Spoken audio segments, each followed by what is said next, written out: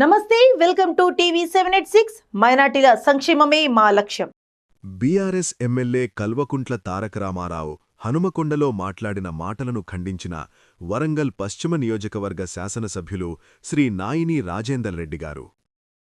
Jail పోవలసినోడు విచారణ complete అయి phone tapping కేసుల, రేసింగ్ కేసుల, వాట్లల్లా వీట్లల్లా కుటుంబం రేపో మాపో జైలు పోవలసిన ఇది ఉండి ఇలా మళ్ళీ ఏ ముఖం పెట్టుకుని వచ్చి మాట్లాడుతున్నాడో అర్థం కాకుండా ఎలక్షన్ల ప్రచారంలో భాగంగా వచ్చి నోటికి ఏది వస్తుంది మళ్ళా మాట్లాడటమే. ఇక మారదా మీరు? బుద్ధి మారదా మీది?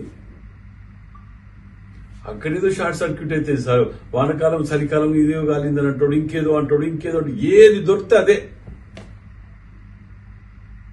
రేపు మాపో చెల్లపల్లి పోయేది మీరు, మీ కుటుంబమేనా బాబు? మీరు ఎక్కడ దానికి ఆలోచనలో ఉన్నారో మీకు అర్థం కావట్లే. కానీ మీరు హన్మకొండకు వచ్చే ముందు ఆలోచన చేసుకోవాలి కదా.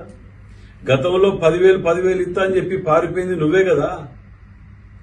నగర్ బ్రిడ్జ్ మీద కూర్చొని 10,000 ఇస్తాను పోలే, తీసుకొస్తాను ఎలక్షన్ అయిపోయి తీసుకొస్తా అని చెప్పి నువ్వంటివి బండి పోతే బండి ఇస్తా, గుండు పోతే గుండు ఇస్తా అని ఆయన మాట్లాడే. ఇవన్నీ జరిగినాయి చూసింది కదా.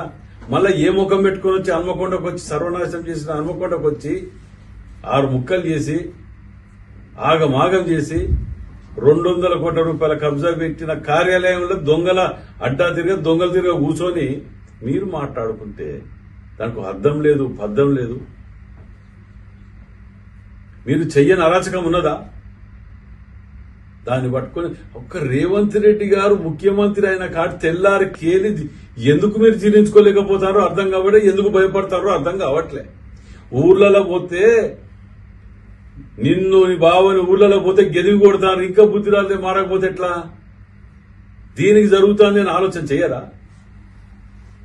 నేను నిజంగా కూడా ఇవాళ ఇక్కడ కరీంనగర్లో ఇన్ఛార్జ్ ఇక్కడ ఉన్నా కానీ ఉంటే సమాధానం చెప్పేవాళ్ళని అక్కడ కూడా ఉంటే అనుకున్న మాట నిలబడతాను ఎప్పుడు తప్పకుండా నిల్చొని ఉంటా మాటల మీద కూడా. ఇదో పద్ధతి లేదు, పాడలేదు. రాజకీయ జీవితం అంతా అబద్దాలతోటి బతుకుంటూ తిరగటమేనా? ప్రజలు నమ్మేటట్టు ఉండాలి నేను చెప్తే కూడా. మీ ఆలోచన విధానంలో ఇంకా మార్పు రావట్టే. ప్రజలు ఇన్నిసార్లు తిరస్కరించి అసెంబ్లీలో, పార్లమెంట్లో, సర్పంచ్లలో ఇన్నిట్లా తిరస్కరించినా ఇంకా నోరు నెత్తిలో పెట్టుకుని అబద్దాలు ఆడుకుంటూ బతుకుతున్నారు. రేవంత్ రెడ్డి గారు ఎంత తుమ్మినా, దగ్గినా, పిత్తినా, ఏం చేసినా ఇదే పని. ఏం చేసిన పని దాన్ని బట్టి మాట్లాడమేనా? వేరే ఆలోచన లేదా మీకు? ఎందుకంటే వణుకుతున్నారు రేవంత్ రెడ్డి గారిని చూస్తే.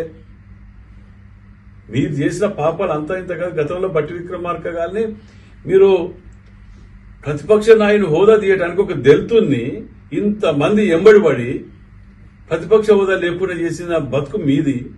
ఇవాళ మేమేదో ఎమ్మెల్యేలు మా దాంట్లో వచ్చి చేస్తే ఓ దాన్ని గందరగోళం చేస్తున్నారే. ఒక దళితుని అవమానించేలా తీసేసినప్పుడు గుర్తు రాలేదా మీకు? ఇవాళ మీరు ఒక నీతులు నిజాయితీలు మనం ఏదో దానికి ఇది చెప్పుకుంటూ బతుకుతున్నారు. మీరు చేసిన పాపాలల్లా అసలు ప్రపంచంలో ఎవడు చేయలే కావచ్చు.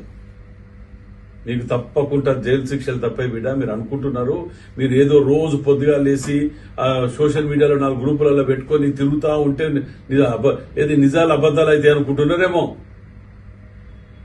ఇవాళ మీ యొక్క నియోజకవర్గాలనే మిమ్మల్ని గెదుగుతున్నారంటే బయట పోతే ఎట్టుంటుంది అనేది ఆలోచన చేయండి. మీరు చేసే మాటలు పద్ధతులు ఇప్పటికైనా పద్ధతులు మార్చుకోండి. ఎదుటి వాళ్ళని సంస్కరించడం, ఒక పద్ధతిగా పోవడం అనేది నేర్చుకోండి. నోటికి ఏదొచ్చి అది మాట్లాడితే చేతికి ఏదొచ్చా చేసే రోజులు వస్తాయి.